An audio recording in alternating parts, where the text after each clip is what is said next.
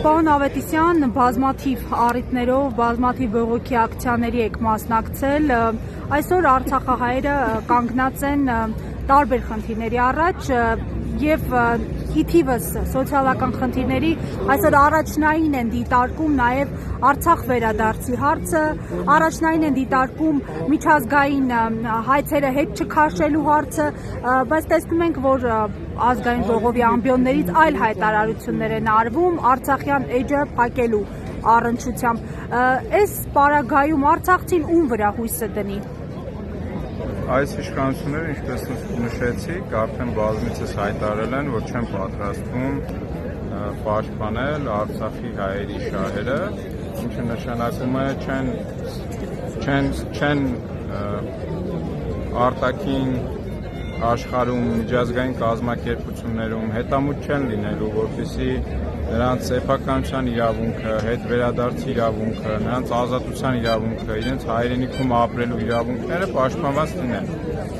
Հետևաբար արցախցիները ես չեմ կարծում, որ կարողանալու են այս իշխանություններից ինչ-որ բան ստանալ, ինչ-որ ակնկալիք ունենալ։ Այս իշխանությունները լավագույն դեպքում փորձելու են խաբել, մոլորեցնել ինչ-որ նյութական շահագրգռվածությամբ, նրանց այսպես ասած գլխի տակ պապուկ բարձ դնել, բայց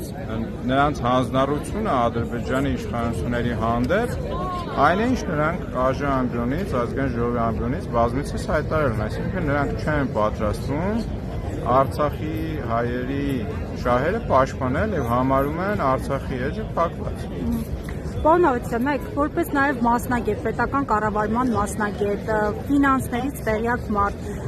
Արցախի խնդրի համար, արցախահայերի խնդրի համար, լուծման համար բազմաթիվ այսպես դրամաշնորհներ ուղարկվեցին Հայաստան, բազմաթիվ գումարներ հատկացվեցին, թափանցիկ է, բավարար թափանցիկ է պետության աշխատանքը այս ֆինանսները տնօրինելու հարցում, բաշխելու հարցում։ Այդ գործընթացների հաշվետվողականությունը